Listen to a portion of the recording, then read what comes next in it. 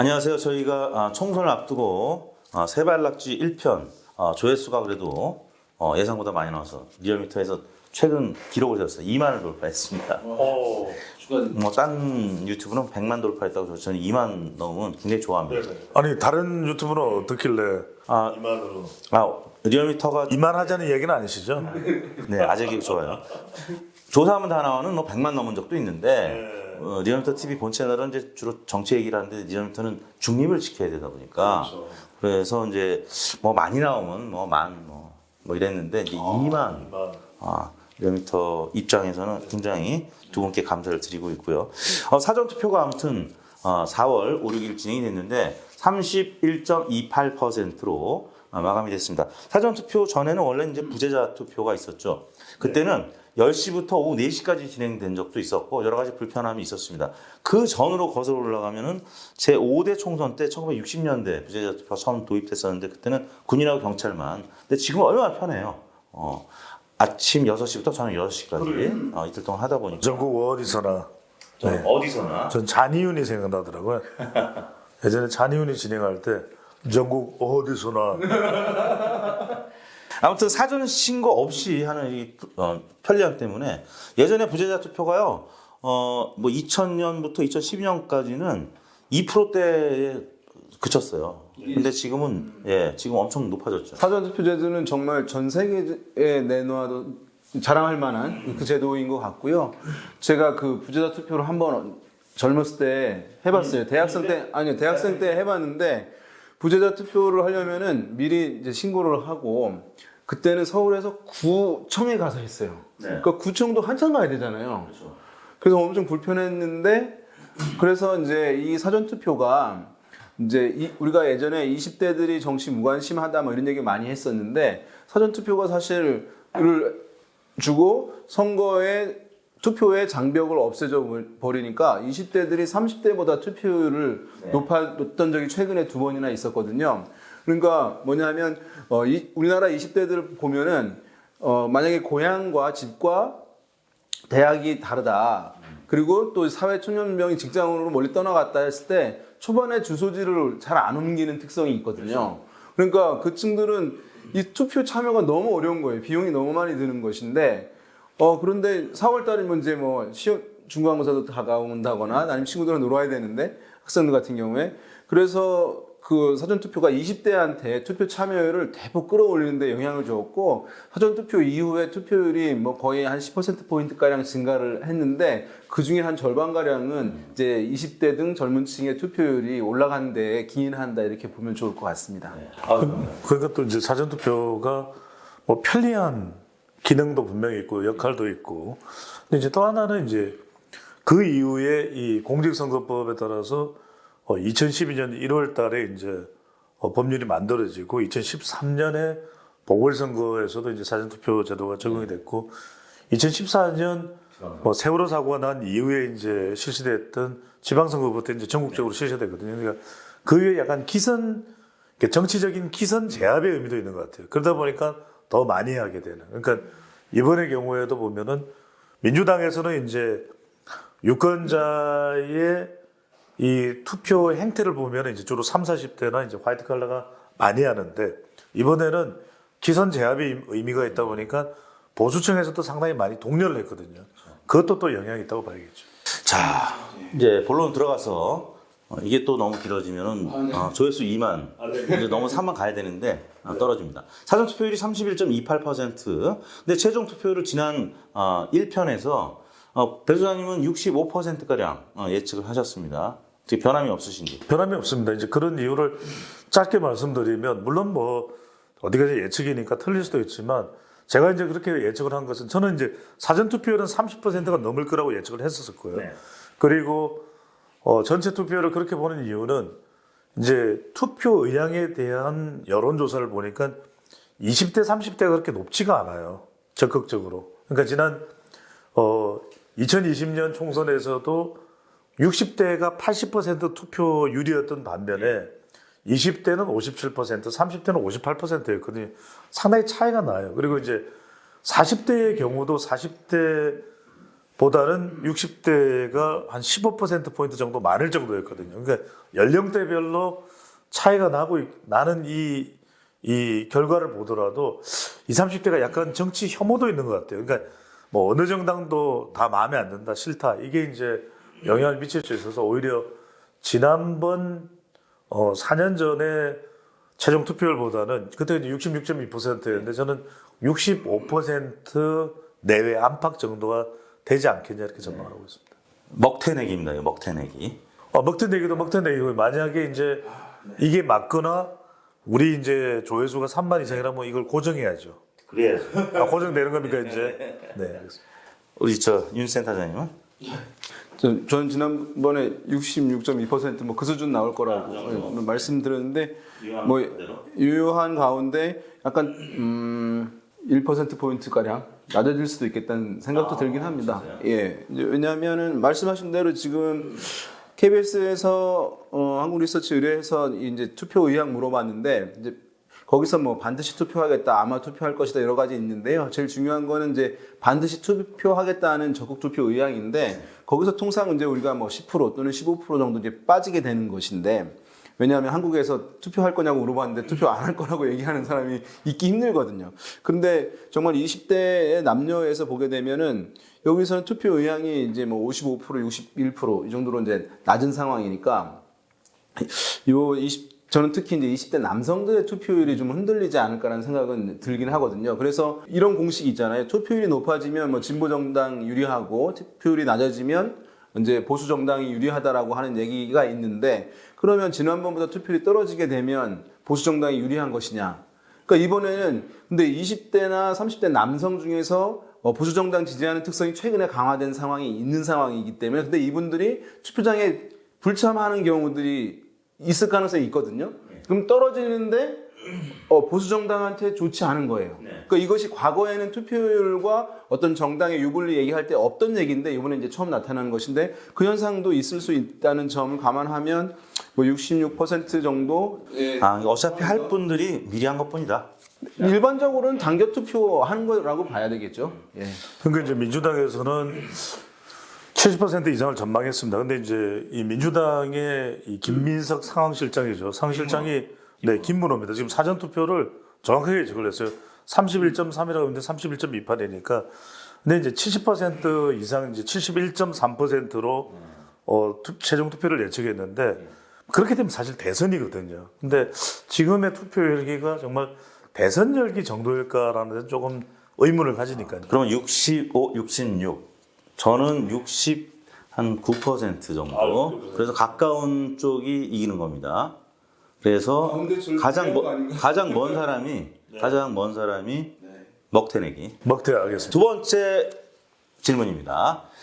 민주당 가반 예측이 다수인 상황에서 범야 대 국민의 힘 의석이 어떻게 될 것인지. 지금 범야권이 그러니까 민주당, 더불어민주연합, 조국혁신당 뭐 등등해서 200석을 넘을지. 이게 왜냐하면 이제 개헌선 또 뭐 대통령 거부권 뭐 등등 해가지고 또 탄핵까지 가능한 그 200석을 넘을지 여부. 반면에 이제 국민의힘은 100석 미만이라는 얘기인데 200석을 넘게 되면 범야가 그렇게 될지 여부부터 시작해서 최종 의석 예측. 오늘 방송 몇 개 했어요? 그럼 방송을 몇 개 같은 질문을 지금 6번 했으면 6번 받았어요. 저는 다른 방송에서는 거의 사실은 의석수 예측을 했던 방송이 한두 개 있는 것 같아요. 왜냐하면 쭉 고정으로 나왔던 방송은 제가 이제 상대방도 예측을 하는데 제가 안 할 수가 없어서 그렇게 되면 프로그램이 굉장히 어색해지거든요. 원래 윤영 센터장과 저하고는 뭐 형제 같은 가족 같은 사이인데 우리는 잘 안 해요, 예측수. 요거는 이제 먹태내기가 아니라 골뱅이 내기입니다. 골뱅이 내기. 머리가 근데 참고로 6번 정도 방송했는데 계속 그대로 유지가 되는 비결은 다른 거 하면 안 되나요? 골뱅이 말고 약간 그 소세지 야채? 마늘 치킨, 순살로. 알겠습니다. 네네. 근데 이제 저는 야권이 200석 이상을 가져가긴 힘들다. 저는 그 정도는 아닐 것으로 보는데 이제 그런 근거에는 뭐든지 근거가 있어야 되니까요. 이제 우리가 기분상으로 의석수를 예측할 수는 없는데 그 정도로 지난번보다도 더 많은 의석수잖아요. 그죠? 2020년보다도 더 많은 의석수라면 그 정도를 가져가려면 낙동강 벨트도 완전히 무너질 정도에 돼요. 그러니까 이제 PK 지역도 와르르 무너져서 거의 이 선거 경쟁력이 회복되지 않은 그냥 와해 상태. 근데 저는 부산에서의 지지율도 그렇고 최근에 이제 마지막으로 발표됐던 여론조사 결과를 보면 그렇게까지 지지율상으로 무너지지 않거든요. 그러니까 그렇다면은 적어도 부산, 울산, 경남의 PK가 뭐 지역구 여론조사가 어떻게 나오는지를 떠나서 아예 유권자 자체의 기반 자체가 와르르 무너졌다. 저는 이렇게 보기는 힘들 것 같아요. 그래서 적어도 PK 지역이 65개인데 대구 경북 빼고 이 부산, 울산, 경남에서 저도 절반 가까이를 민주당이 가져간다는 이야기인데 그 정도까지는 아닐 것으로 본다면 저는 200석 이상을 야권이 가져간다는 건 조금 무리한 예상이 아닌가 싶습니다. 그럼 국민의힘 의석을 반대로 예측을 해보면 100석은 넘겠느냐? 그렇죠. 200석이 안 된다는 것은 100석이 넘. 이제 비례 위성정당하고 합하면은 대체로 이제 좀 저는 레인지를 좀 넓게 잡으면 뭐 120에서 한 140석이라는 건 제가 다른 방송에서도 예측을 했는데 사실 의석수 한 20개의 이 차이가 있으니까 꽤 큰 격차예요. 120석에서 한 140석. 120석이라고 하더라도 사실상 이제 집권 여당이 120석이고 나머지는 다 야권이죠. 야권이 180석이면 그것도 이제 지난 총선과 비슷한 상황 정도가 되는 셈이니까 국민의힘은 열세인데 저는 경합 지역이 상당히 많고 리얼미터 조사에서도 대통령 지지율이 조금 올라가긴 올라갔잖아요. 6주 만에 마지막이었는데 저는 그런 추세들을 본다면은 뭐 조금 더 회복되지 않겠냐. 그래서 좀 범위를 넓혀놨어요.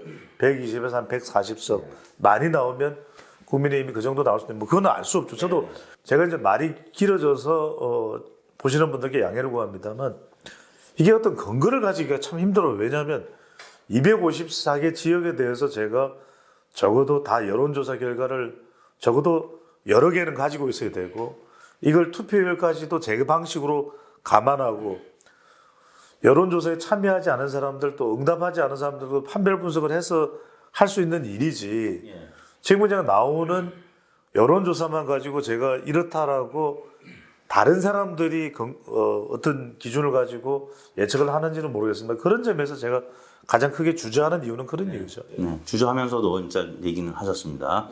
예, 윤 센터장님.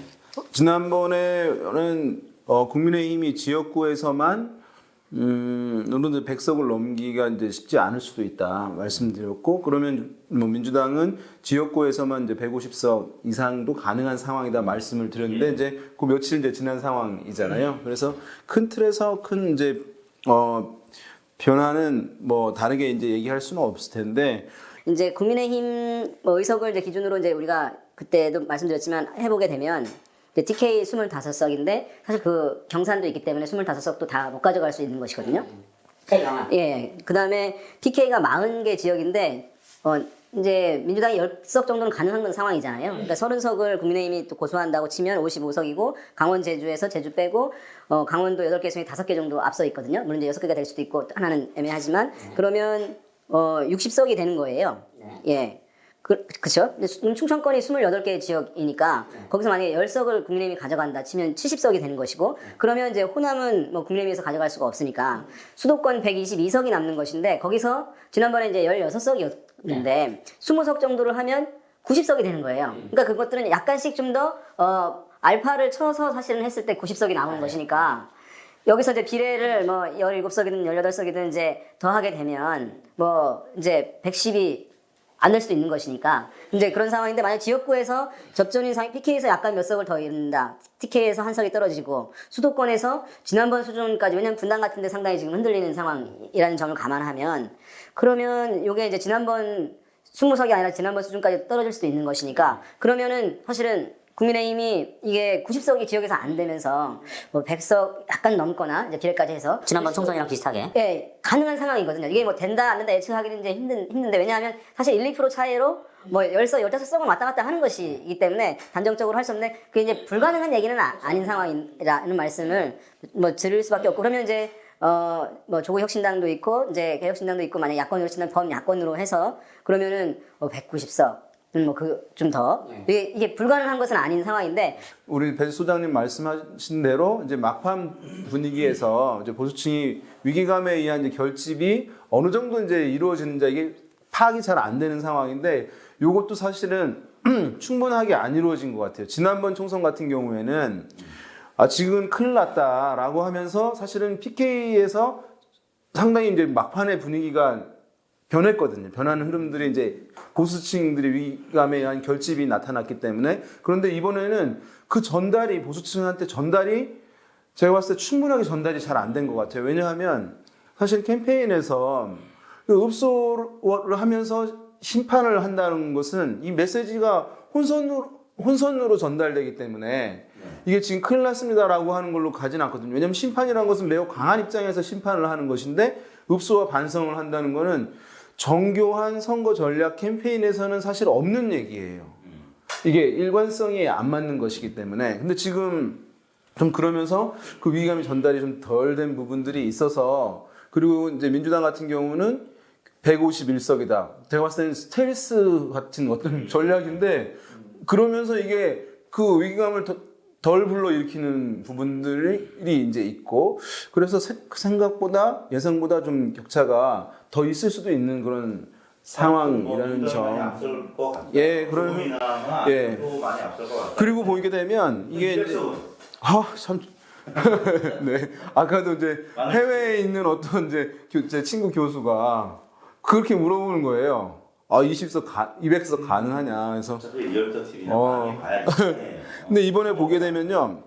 이게 이제 그 연령에 따른 이제 투표 의향 물어보잖아요. 이것이 물론 이제 감해서 봐야 되는데 60세 이상의 적극 투표 의향과 40대, 50대의 투표 의향이 차이가 거의 없어요. 그러니까 뭐냐 하면 지금 현재 60대 이상의 고령층이 많아지면서 보수 정당이 유리하다라고 하는 것이 일반적인 우리가 이제 전망 내지는 분석이었는데 60대 초반이 좀 과거와 다른 비율을 보여서 웬만한 야당의 후보들이 60대에서 최소 30%를 먹고 들어가요. 그러니까 40 가까이도 막 지지를 보이는 경우가 많이 있거든요. 근데 그런 상황에서 60, 70대가 완전히 일방적이지 않다는 점. 또 하나는 이게 60대가 투표 참여율이 높은데 40대, 50대도 거의 이제 60대에 맞먹는 수준으로 투표 참여율가 높을 가능성이 있다는 점. 뭐 이런 걸 감안하면 곧 이제 예상이긴 하지만 뭐 의외로 결과가 커질 수도 있다. 이 정도만 말씀 좀 살려주세요. 저도 이제 조금 더 네. 말씀드리면 이제 이 시청자분들의 이해를 돕기 위해서 그러니까 윤희용 센터장이 하는 그 어떤 예측 방법을 대부분의 사람들이 사용을 하고 있는 것 같아요. 그 예측이 틀리라는 법도 없고요. 근데 이제 다만 이제 제가 예전부터 이 예측을 하면서 짚고 넘어가야 되는 건 2012년에도 그때는 제가 이제 조사회사에 있을 때니까 그때는 사실 대부분의 지역들을 정말 데이터베이스화해서 집어넣을 수 있는 다 데이터베이스를 했는데도 잘 안 맞더라고요. 그러니까 이제 14년부터는 제가 출구조사를 했는데 기존의 여론조사를 토대로 해서 냈던 결과와 출구조사가 또 안 맞더라고요. 왜냐하면 워낙 많은 선거구다 보니까. 그러다 보니까 심지어는 출구조사를 냈을 때 이런 이제 범주화해서 뭐 120에서 140석이고 130에서 145석이다.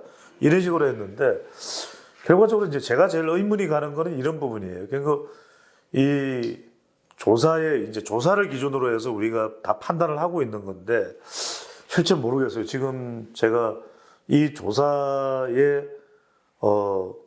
실제로 빠져 있는 부분이 상당히 저는 많이 있다고 그렇게 생각이 들기도 해요.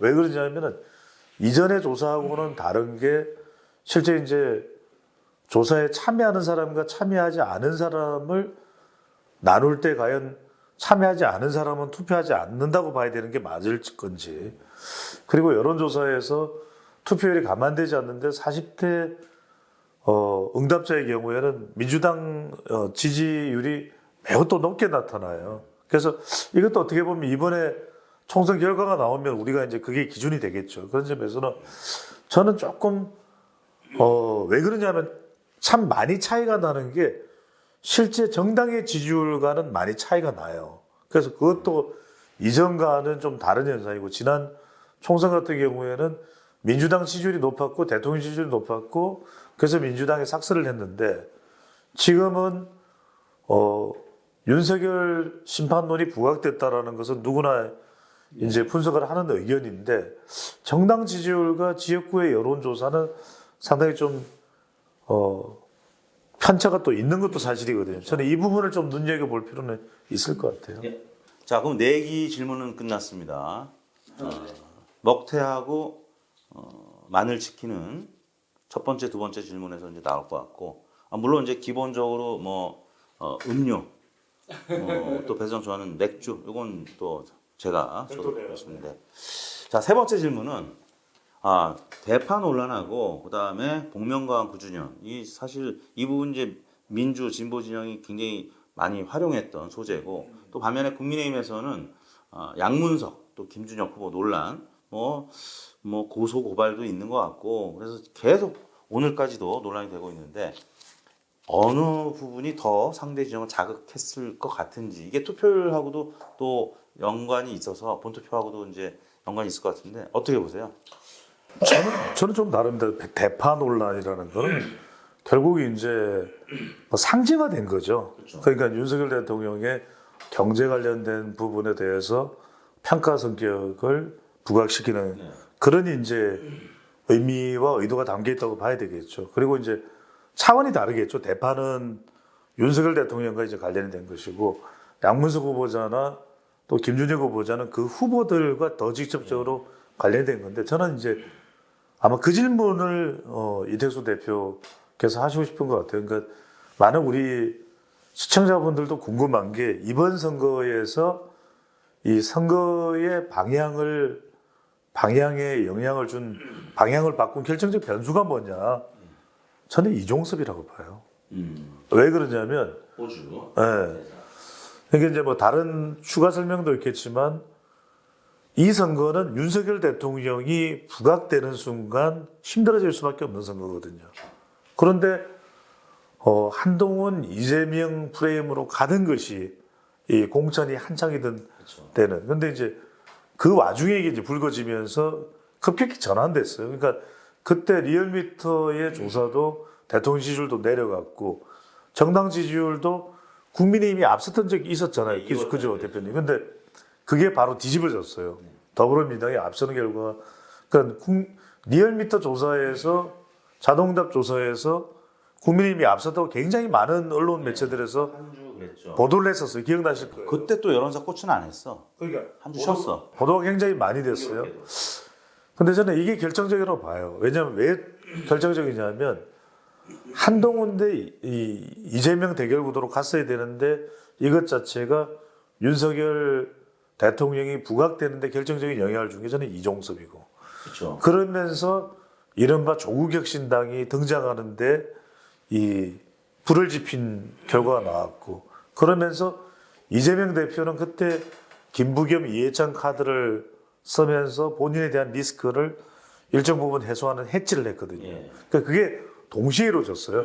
그러니까 윤석열 심판론으로 국민의힘은 전략적으로 가지 않으려고 발부둥을 쳤는데 결과적으로는 그게 이제 도로아미타불을 만들어버리는 물론 이제 불교계에서 이런 표현 싫어할 수 있으니까 말짱 도루묵이 되는 그런 상황과 연결된 저는 다른 게 왜냐면 심지어는 보수 쪽에서도 이해를 못했으니까요. 그러니까 이제 한동훈 위원장이 바로 그걸 치받아서 이종섭 호주 대사가 빨리 들어와야 된다. 그런 얘기가 나왔던 게 그러니까 김건희 여사에 대해서도 그렇게까지 강력하게 이야기는 안 했잖아요. 이종섭 호주 대사가 저는 가장 결정적이었던 것 같아요. 이번 선거에서. 네, 지금 이제 그러니까 말씀하신 거는 이제 선거 막판에 이슈 이제 대파 논란과 이제 그 복면가왕 9주년 관련한 이슈. 그다음에 이제 마지막에 있었던 이제 양문석 김준혁 후보 논란. 이제 이것이 영향을 주었느냐, 얼마나 주었겠느냐라고 하는 것인데 뭐 크게 이제 이미 사실은 뭐 그러니까 야권의 공세를 이어가는데 이제 영향을 더 준 것이고 이제 양문석 후보라든가 김준영 후보 관련한 논란들은 뭐 영향을 이제 안 줬다고 할 수는 없을 텐데 그것이 전체 국면의 흐름에 이제 영향을 줄 정도로 미친 것은 아닌 것 같아요. 이게 이제 두 가지가 있는데 한 가지는 이제 민주당이 뭐랄까 내가 봤을 때 어떤 분들은 좀 뭐 그 지지 강하게 하시는 분들은 서운해 하실 수 있을지 모르겠는데 옛날에 이런 게 있었어요. 어떤 이제 한나라당에서 웬만큼 문제가 있어도 영향을 전혀 지표에 미치지 않는 있었어요. 아주 세야지 영향을 주는. 그러니까 기대치가 낮아져 있으면 어떤 도덕적 기대치가 좀 낮아져 있으면 웬만한 게 터져도 영향을 크게 미치지 않는 부분들이 이제 있었거든요. 보수 정당에. 지금 민주당에도 약간 그게 있는 것 같아요. 그러니까 상당 부분 기대치가 이전에 비해서는 굉장히 엄격해야 된다는 게 있었는데 지금은 좀 낮아진 부분이 있어서 이런 부분이 나온 것이 실제로 이제 영향을 주지 않. 옛날에는 뭐 약간 뭐 말 비슷하게 해도 영향을 크게 줬는데 그 부분이 이제 하나 있는 것 같고 또 한 가지는 이것이 이제 영향을 주는데 그 지역구에 아마 투표율에 영향을 줄 겁니다. 그 해당 지역구에 그 후보들 해당 지역구에 투표율에는 영향을 주어서 투표를 좀 낮추는 데는 영향을 줄 텐데 이것이 이제 다른 지역에까지 주변 지역은 영향을 줄 수 있는데 뭐 이제 전국적으로 영향을 준다고 보기는 좀 어려운 측면이 있지 않나 싶은데 그래서 제가 데이터를 한번 떠올라서 이 질문이 있어서 찾아봤는데 지난 이제 2021대 총선에 전국의 최저 투표율 10개 지역을 보게 되면은 그 중에서 안산 지역이 두 곳이 들어가요. 단원갑과 상록을이. 이제 경기도에서 그 투표율이 65%였거든요. 전국은 66.2%인데 근데 여기는 뭐 59, 57 이렇게 돼요. 그 다음에 부천 지역도 두 곳이나 들어가요. 한영진. 네. 부천정, 뭐, 그 다음에 부천갑이 또 60이 안 돼요. 다른 데는 65가 되는데, 또는 전국은 66인데, 그러니까 안산과 부천이 최저 투표율 10개 중에서 4곳을 차지한단 말이죠. 세월호와 막말. 예, 근데 그 막 찾아보시면 아시겠지만, 선거 그 임박해가지고, 그 막말 논란이 있었어요. 두 곳이요. 김남국 의원과 이제 차명준 의원 이렇게 있었는데, 그래서 그 유권자들의 투표 참여를 떨어뜨리는 부분이 있는 거예요. 네. 그럼 다른 지역들은 뭐냐? 다른 지역에 뭐 결과가 워낙 이제 보나마나 뻔한 데 같은 경우는 안 나가는 사람들이 있는데 여기는 그렇지는 않은 거였거든요. 그러니까 제가 이번에도 봤을 때는 요 두 후보들 있는 또는 이제 막말 관련한 후보들이 있는 데는 지역 투표율을 낮추는 효과 정도로 갈 것이다. 제가 이제 이 질문을 왜 했냐면 제 생각에는 양문석, 김준영 후보는 말씀하신 대로 그 해당 지역구 예, 투표율에 영향을 미칠 것 같고 대파 논란이라든지 그러니까 파틀막이라든지 구틀막 이 논란은 전국적인 또 이슈이기 때문에 전국적인 투표율에 영향을 미칠 수 있을 것 같아서 그러면 굳이 따지자면 어디가 더 투표율을 좀 남는 장사를 했는지 혹은 유리했는지 왜냐하면 저도 그렇지만 오늘 많은 질문을 받았을 텐데 어디가 투표율이 높았을 때 어디가 유리한지 불리한지 이런 질문 굉장히 많이 받잖아요. 제가 조금 더 올려서 제가 설명드리면 이런 거죠. 가령 대통령의 지지율이 높은데 대파 논란이 있었다 한다면 그게 크게 영향을 미쳤을까요? 그러니까 이제 윤행센터장이 아까 이야기한 대로 그 차명진 의원의 발언을 이야기하는 거죠. 그러니까 차명진 의원의 발언은 이런 거죠. 그러니까 전 의원의 발언은 상당히 이기는 지역이거나 또 경합 지역이었다면 그 자체로서 크게 영향을 주고 타격을 줬겠죠. 그런데 이미 그때 4년 전에는 대통령 지지율도 워낙 높고 민주당으로 판이 다 넘어가 있는 상태예요. 그건 뭐 차명진 전 의원이 그 발언을 안 했다고 해서 뭐 상당히 많은 의석을 도로 가져올 수 있고 그런 차원은 아니고 이번도 마찬가지인 거죠. 그러니까 뭐 대통령이 지지율이 높은데 대파 논란이 있다면 오히려 그걸 뭉개고 지나갈 수도 있을 거예요. 아니 뭐 그게 아니고 이거야. 근데 이미 대통령이 부각이 된 상태에서 대파 논란이 다시 이제 점화된 것은 그 상징성의 차원인 거지. 대통령 지지율이 높고 윤석열 대통령이 부각되는 상황이 아니었다면은 저 부분이 그렇게까지 연결될 리는 없겠죠. 네. 부천 지역은 이제 제 주변 미터 우리 장인어른이 매번 투표하다가 그때 처음 투표 안 했어요. 저도 그게 참 영향을 받을까 유권자들이 이제 이런 생각이 있었는데 투표율로 영향을 주니까 어떤 사건과 발언들 이것이 분명하게 영향을 주기는 합니다. 그 이제 폭은 차이가 있어도 그래서 그때 알게 됐어요. 그러니까 2012년에도 민주당이 서울에서 한 후보 공천이 이제 파장이 있기 때문에 그때도 그런 영향이 있겠죠. 이제 나가려고 하는 사람이 뭐 40대 중에서도 안 나가는 경우가 발생을 할 수 있을 테고 지난 대선 때도 40대 주로 이제 민주당 지지 성향이 강하니까 출구조사 결과를 기준으로 하면 5% 정도 투표율이 줄었다는 것도 이재명 후보에겐 타격이 있으니까 그러니까 결과적으로 동기부여를 투표소에 나가려고 하는 그 적극적인 의지를 꺾어버린 영향을 줬다 이렇게 봐야 되겠죠. 자, 다음 질문. 총선 이후 대권 구도에 대해서는 자, 이재명 한동훈의 앞날 전망. 자, 이재명 대표보다는 사실 한동훈 비대위원장의 앞날이 굉장히 궁금합니다. 왜냐하면 몇 석을 기준으로 한동훈 비대위원장의 평가가 좌우될지. 예를 들어서 국민의힘이 130석이다. 그럼 뭐 비교적 지금 워낙 낮게 보고 있기 때문에 이제 앞날이 좀 밝을 수 있는데 100석 미만이면 좀 어려울 것 같고 그 뭐 그런 기준들에 대해서 생각을 해보셨을 텐데 교수님 어떻게 보세요? 저는 어떤 총선 결과가 아직까지는 우리가 이 방송하는 시점에는 모르는 거니까요. 우리가 전제를 해서 말씀을 드릴 수는 없을 것 같고 뭐 이기는 거에 우리가 굳이 이야기를 할 필요가 없죠. 날개를 달 테니까 한동훈 위원장도 그렇고 윤석열 대통령도 그렇고 지면은 저는 이제 의석수에 따른 해석도 있기는 할 겁니다.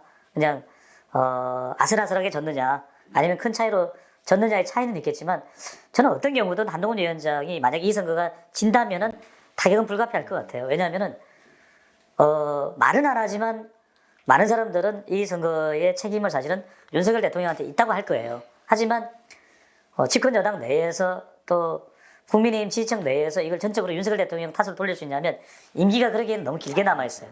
그래서 결과적으로는 총선에서 일당이 못 된다면은 한동훈 위원장은 일성이 걸 거예요. 이제 선거 결과에 대한 발언이 있어야 되겠죠. 그러면은 이 모든 책임은 제 책임입니다.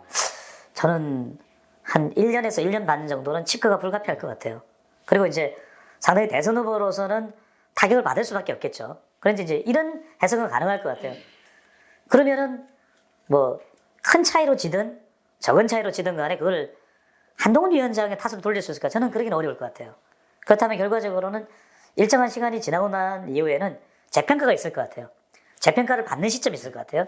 그러면 그때는 말 그대로 한 위원장이 다시 이제 대선 후보로서의 경쟁력을 평가받겠죠. 그리고 실제로 저는 이번 총선을 보면은 한 위원장이 더 특별하게 잘하기는 쉽지 않을 것 같아요. 왜냐하면 윤석열 대통령과 그럼 완전히 대립각을 세울 수 있을까? 차별화를 통해서 윤석열 대통령을 바로 치받을 수 있는 김건희 특검법이나 이런 것까지 나가기는 어려웠을 것 같아요. 그런 어떤 지금 한동훈 위원장의 정치적인 크기나 이런 걸 보면은 그래서 저는 그게 될 수밖에 없다. 말이 좀 길어질 수 있는데 조금 짧게 더 말씀드리면 저는 오히려 야권 쪽을 본다면 야권은 만약에 패배한다 그러면은 조국 혁신당이야 이제 일정 수준의 성과를 거두겠죠. 그렇다 하더라도 조국 대표도 이 법적 처벌을 면하기는 어려울 테고 이재명 대표도 어떤 재판 결과가 나올지 모르기 때문에 선거까지 진다면은 여론전까지도 이제 악화될 수밖에 없기 때문에 상당히 어려운 국면이 되는데 이긴다면은 겉으로만 평가한다면 상당히 이 희희낙낙할 수 있는 상황으로 보여요. 왜냐하면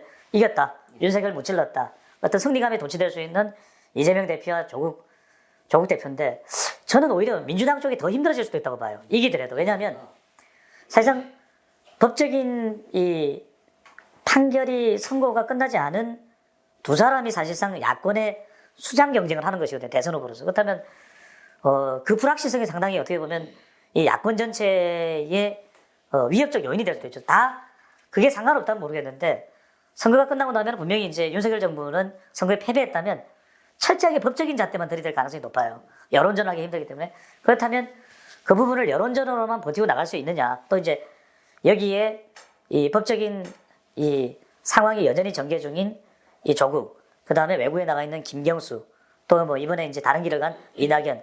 저는 그런 어떤 야권의 이 헤게모니를 놓고서 상당히 치열하게 경쟁하는 협력 구조가 되기보다는 치열하게 경쟁하는 구도가 될 가능성이 높지 않을까라는 생각이 듭니다. 센터장님. 여당이 뭐 질 가능성이 이제 높은 상황이니까. 근데 만약에 이제 의석수가 이런 거 안 좋아하긴 하지만 130석 정도 되면은 선방했다고 얘기되기 때문에 저는 생명력을 한동훈 위원장이 유지할 거라고 보고 120석이 나와도 뭐 이제 가능성이 있다고 보는데 만약에 이제 100석 내외다라고 한다면 어쨌든 참패인 것이기 때문에 그러면은 뭐 사실 이제 당장 어떤 정치적인 힘을 유지하기가 당내에서 저는 이제 쉽지 않고 아마도 이제 그 지금도 뭐 비대위원장이어서 뭐 사퇴 특별히 필요하진 않지만 어떤 책임을 지는 양식을 이제 갈 수밖에 없을 거라고 보이긴 하고요. 이게 이제 만약에 애매한 상황이라도 이게 다시 이제 회복이 가능할 것인지에 대해서 많은 이제 의문들이 있을 수 있는데 약간 좀 어려운 게 이번 총선 과정에서 패배하더라도 한동훈 위원장은 남길 수 있는 자산이 사실은 어필되는 자산이 있었어야 되거든요. 근데 이번 선거 과정에서 이제 여러 혼선들만 사실 보여준 측면이 있었어요. 그러니까 중도냐 보수냐의 부분에서 사실은 갈팡질팡한 부분이 있었어요. 수도권 등에서 중도 표심을 강조를 하면서 여기서는 내가 이제 영향력이 있다라는 것을 어필했으면은 저는 존재감들 가져갈 수 있었을 텐데 박근혜 전 대통령을 만난다거나 그 다음에 용산 대통령실과 차별화를 한 것이냐 아니면 우리는 한 팀이다. 둘 중에 하나를 사실은 했어야 되는데 이것도 좀 애매했던 거예요. 12월에 이제 차별화하는 부분으로 효과를 얻기는 했는데 이제 이것 거리를 둔 건지 안 둔 건지 명확하지 않아요.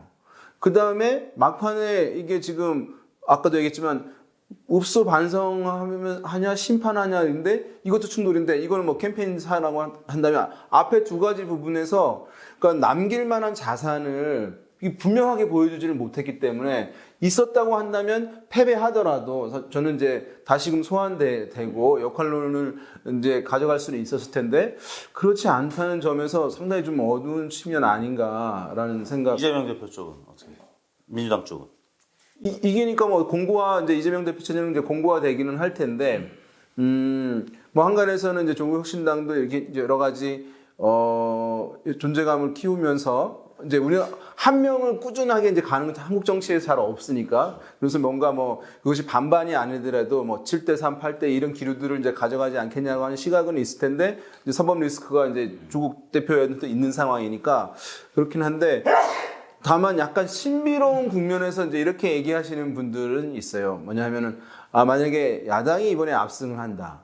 그러면 윤석열 대통령이 상당히 사실은 이제 힘이 빠지게 되는 상황이 돼버리니까 그러면 의석이나 이런 걸로는 뭐 야당에서 또 이재명 대표 상당히 견고한 체제가 가긴 하는데 이게 이제 힘이 윤석열 대통령이 빠져버리게 되면 뭔가 신비스러운 메커니즘에서 이 부분에서도 약간 이제 왜냐하면 윤석열 대통령 때문에 사실 이 대항마들 존재감들 가져갈 수 있었던 부분이니까 그런 측면에서 약간 좀 흔들릴 수도 있지 않겠냐. 뭐 아니면은 이제 기대만큼 사실 그 위력을 꾸준히 유지하지 못하지 않겠냐. 저는 이제 견고한 흐름들이 있는 가운데 그렇게 이제 얘기하시는 측면인데 이건 뭐 과학적인 부분은 전혀 아니어서 네 신비로운 영역.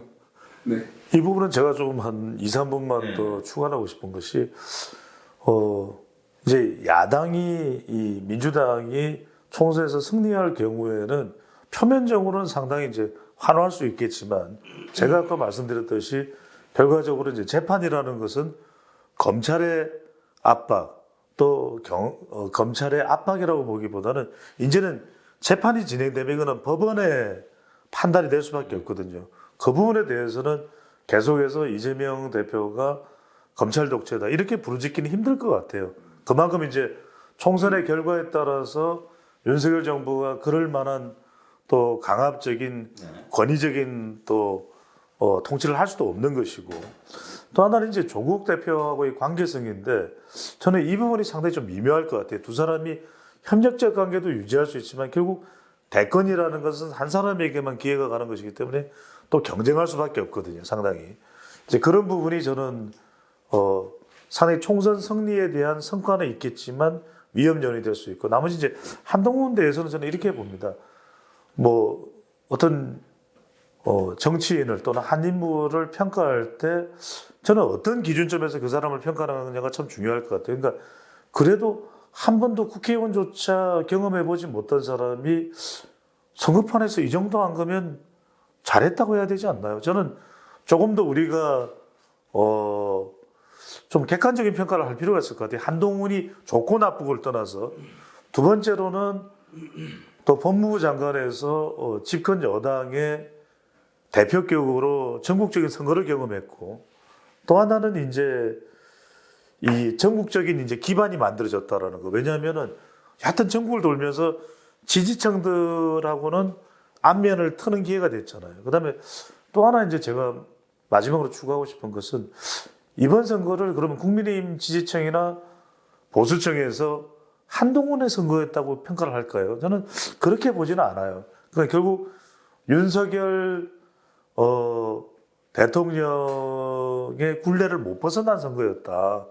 아까 뭐 대파 얘기도 하셨지만, 그렇다면 저는 적어도 다음 선거는 이 한동훈 위원장이 윤석열 대통령의 멍에를 지지 않고 자기의 선거를 할 수도 있을 것 같거든요.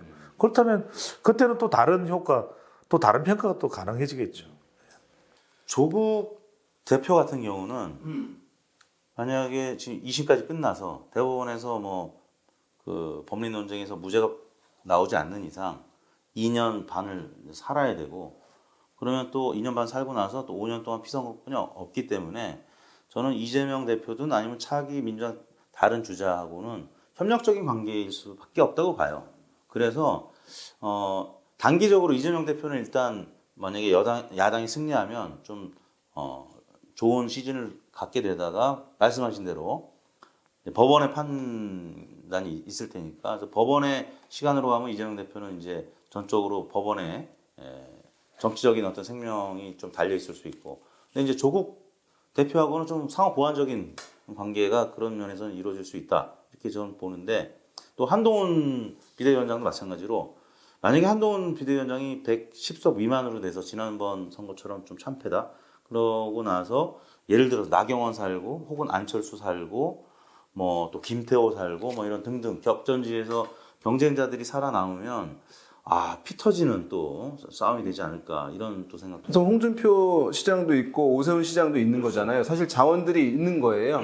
그런 상황이기 때문에 없으면 다시 이제 한동훈 위원장이 이제 역할을 할 텐데 그렇지 않을 수 있는 상황이 이른바 뭐 축구에서 얘기한 스쿼드가 지금 충분히 이제 있는 상황이어서 저는 의미 있는 성과를 내야지 적어도 120석 이상. 낼 것이다라고 생각. 여기 어떻게 생각하세요? 저는 이제 이 대표님하고 좀 생각이 다른 게, 물론 뭐 전혀 다르다라고 하기는 좀, 우리는 많이 달라. 우리는 무슨 말씀이냐면 협력적이기가 쉽지 않은 것이, 결국 조국이라는 인물이 지금 개인 조국이라기보다는 조국혁신당의 중심에 서 있는 조국이거든요. 그러면 조국혁신당의 성격을 보면은 반윤석열 성격도 강하지만 반 이재명 성격도 만만치 않습니다.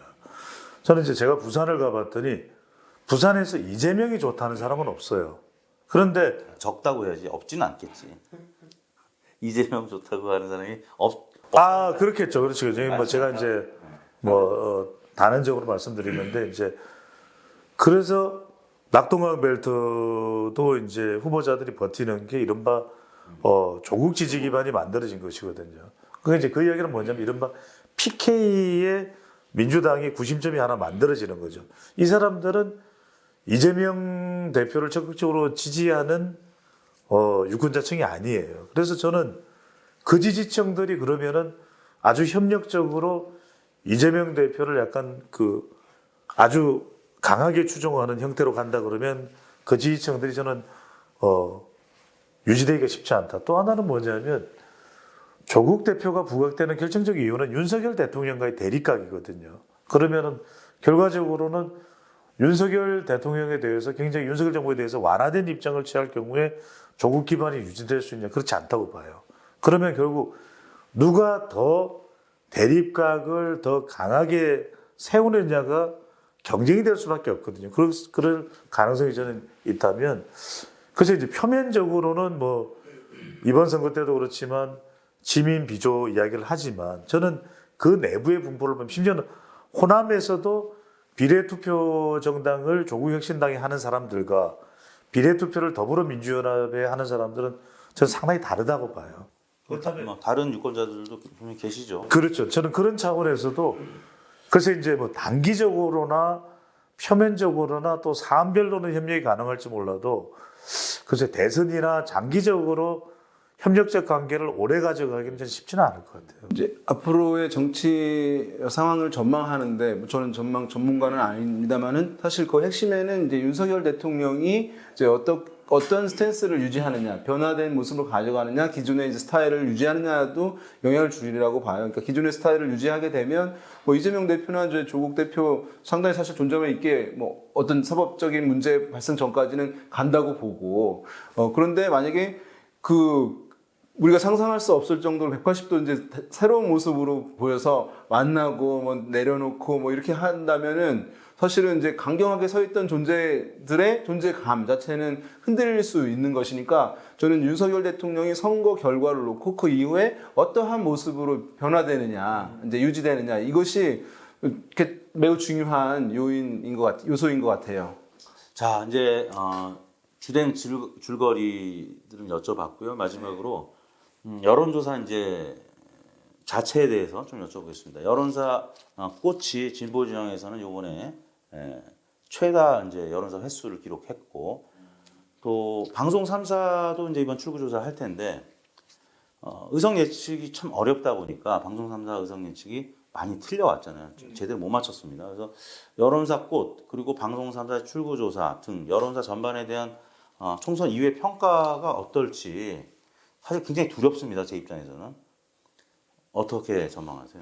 그 출구조사도 저도 국회의원 선거 또 지방선거 대선을 해봤지만 뭐 제가 했을 때는 다 예측을 적중시켰습니다. 그러니까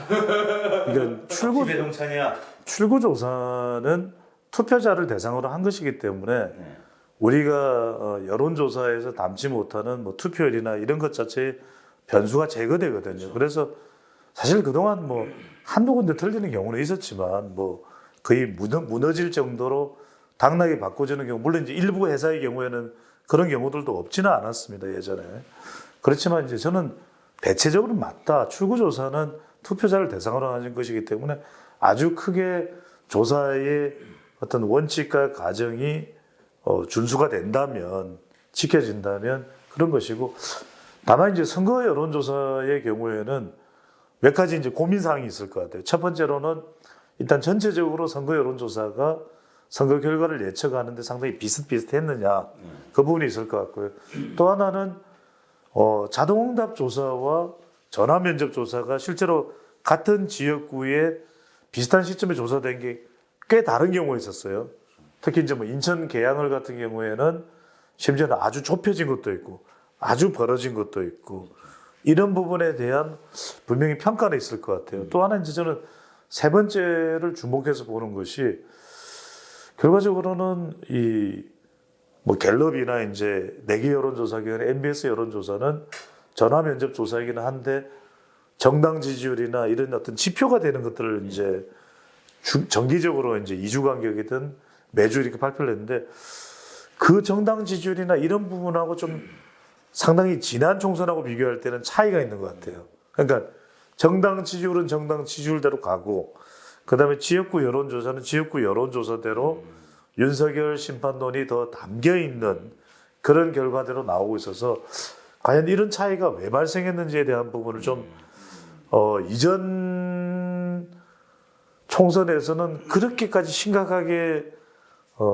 보지는 못했던 부분들이거든요. 그런 부분들을 이제 봐야 될 것 같고 우리 리얼미터도 지역구 조사를 여러 곳에서 많이 했지만 특히 이제 이 김어준 이 방송인인가요? 이제 뉴스 공장장을 이제 뉴스 공장을 진행하는 이 김호중 공장장이 하는 여론조사 여론조사 꽃이 상당히 많은 지역을 조사하고 또 지난 강서구청장 보궐선거도 거의 비슷한 결과를 또 결과를 내놓았던 그런 조사기관이기 때문에 여론조사 꽃이 뭐 특별히 리얼미터나 갤럽은 워낙 뭐 잘 알려져 있는 회사이고 여론조사 꽃의 결과를 어떻게 실제 선거 최종 결과와 비교를 해볼까 이 부분도 관전 포인트가 될 수 있을 것 같아요.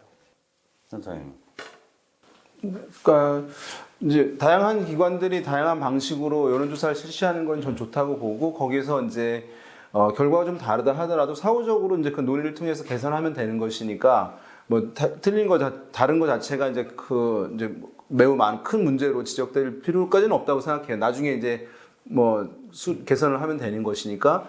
그래서 뭐 여론조사 꽃이든 어디든 이제 조사가 많이 된 거는 괜찮은데 제가 봤을 때는 이제 이게 선거 결과를 놓고 어느 조사 기관들의 조사 흐름이 맞았다, 틀렸다라고 얘기하는 것 자체는 넌센스라고 생각하거든요. 왜냐면 말씀하셨지만 선거 결과는 투표한 사람들만의 여론이고 여론조사라고 하는 것은 투표에 참여하지 않을 사람들도 우리가 70% 치면 30% 포함되어서 여론이 나온 것인데 그거를 어디가 맞았냐. 그리고 여론조사 공표 금지 기간이 6일이나 있잖아요. 일주일 동안. 근데 그것을 기간을 뛰어넘고 단순 비교를 한다는 건 사실 말이 안 되는 것이거든요. 그래서 선거 결과를 놓고 비교를 하는 것은 출구조사나 당일에 예측조사를 이제 하는 경우가 있어요. 당일에 뭐 전화조사나 이런 걸 가지고 이제 예측조사, 뭐 누구 찍었어요, 뭐 이런 것들을 해서 요 세 가지를 가지고 비교해서 출구조사가 정확하니 예측조사가 정확하니라고 얘기하는 건 맞지만 그 일주일 전 조사, 여론조사를 가져놓고 여론조사까지 끼워 넣어서 출구조사, 예측조사, 당일 예측조사, 그 다음에 일주일 전 이전의 여론조사를 끌고 와서 선거 결과랑 비교한다. 이거는 저는 아예 말이 안 되는 것이라고 생각하거든요. 근데 지금 너무 그게 이제 거론되었어요. 그러니까 기사들 보게 되면 출구조사가 정확하고 여론조사는 틀렸다. 뭐 이런 것들이 있거든요.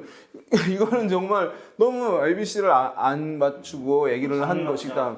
그리고 그 일주일 동안 기간이 있잖아. 6일 동안요. 그때는 그러면은 사실은 변동이 없었어야 된다는 것인데 그럼 정당들이 선거운동을 할 이유가 없잖아요. 그러니까 그 안에서도 여러 가지 의견들은 변화들이 있는 것이니까 그래서 좀 과도하게 이제 하는 부분들이 블랙아웃 기간에 대해서는 폐지 찬성 반대. 완전 폐지 찬성이죠.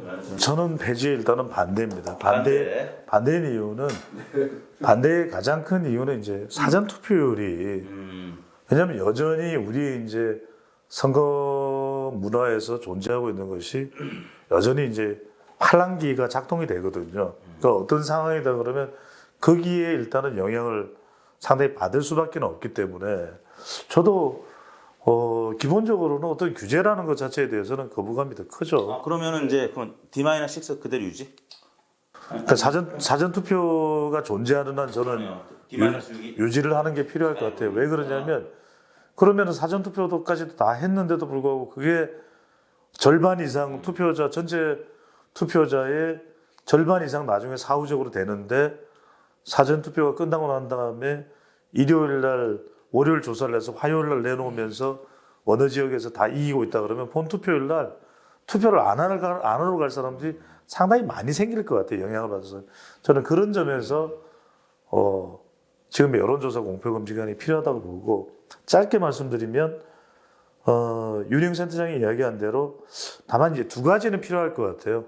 의석수를 예측을 하려면 아까도 제가 말씀드렸듯이 254개 지역에 대한 정보를 좀 최대한 담아낼 수 있는 그런 선거 예측 기법을 동원해서 그 기준에 의해서 좀 발표를 할 수 있게끔 그 노하우를 다 공개는 못한다 하더라도 일종의 회사의 기관의 영업 비밀일 수 있으니까. 두 번째로는 미국의 네이트 실버도 선거 예측을 할 때 보면은 방법은 일종의 여론조사 결과를 다 모아서 가중 평균을 낸다든지 이런 방식을 취하거든요. 저는 조금 근거가 필요할 것 같아요. 이렇게 그냥 무슨 엄문어다, 배 무슨 뭐 낙지다 이렇게 하는 것보다는 적어도 자기가 예측을 했는데 이런 기준에서 나는 예측을 했다라는 게 저도 그런 지표나 판단이 있어야 될 것 같아요.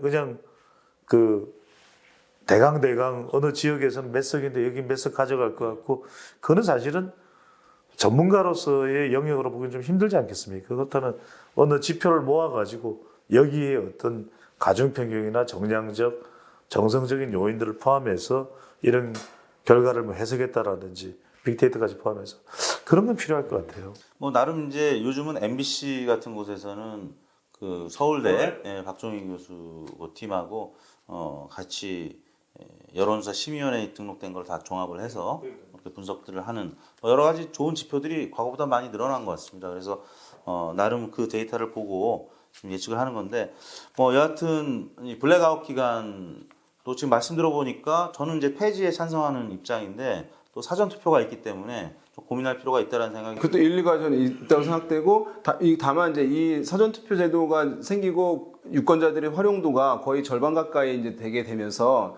사실 본투표랑 사전투표가 보조적 도구가 더 이상 이제 아닌 상황이잖아요. 이것은 이제 그것 때문에 여론조사 공표 금지 6일간을 유지해야 된다기보다는 저는 사전투표가 굉장히 활성화되면서 선거제도 전반에 대해서 이제 다시 고민해 봐야 되는 부분이 있어요. 왜냐하면 본선거 기일 13일을 주어지거든요. 근데 본선거일을 기준으로 선거운동 기간을 13일을 주는 것인데 사전투표의 절반 정도가 해버리는 것이잖아요. 그러면은 유권자들은 그 후보를 충분하게 알 권리 제약되는 것이고 그 후보들은 자기를 충분하게 알릴 권리가 제약되는 부분이 있는 것이거든요. 그러니까 이런 이제 기간에 대한 문제들을 전반적으로 점검을 하는 가운데 피해가 최소화될 수 있는 여론조사 공표 금지 구간을 폐지 내지 최소화하는 것이 필요하다고 생각됩니다. 예전엔 출구조사 거리 제한도 500m인 적도 있었으니까요. 이제 50m로 줄었지만 그래서 그 선거 운동 기간도 좀 넓힐 필요가 있다는 말씀인 것 같고 아무튼 블랙아웃 기간에 대해서도 작년 중앙선관위가 작년 1월달에 이제 국회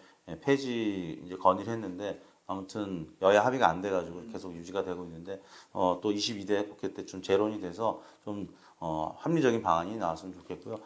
저희가 이제 1편 그리고 이제 오늘 2편 이제 마치면서 아마 선거 하루 전날 이 방송이 올라갈 것 같고요. 아직까지 투표 안 하신 분들이 아무튼 69%가량 되지 않겠습니까? 저도 아직 투표를 안 했습니다. 본투표 때는 다 투표 안 하신 분들은 좀 해주시고 좋은 후보들 뽑아주시면 감사하겠습니다. 저희가 오늘 첫 번째 문항, 두 번째 문항 아까 내기했던 거 기억나시죠? 먹태하고 마늘치킨, 골뱅이. 골뱅이도 포함이 돼 있을 수 있고, 갈릭치킨. 네, 요거를 선거 끝나고 먹방을 한번 우리 하는 걸로 정리하시고, 결과로 네, 진 사람이 돈 내는 걸로, 내기에서 진 사람이 그 안주를 사는 걸로. 형님이 내시겠죠. 네, 그러면 우리가 총선 지나고 다시 뵙도록 하겠습니다. 오늘 또 같이 해주신 배소장님, 윤수장님 감사합니다. 안녕히 계세요.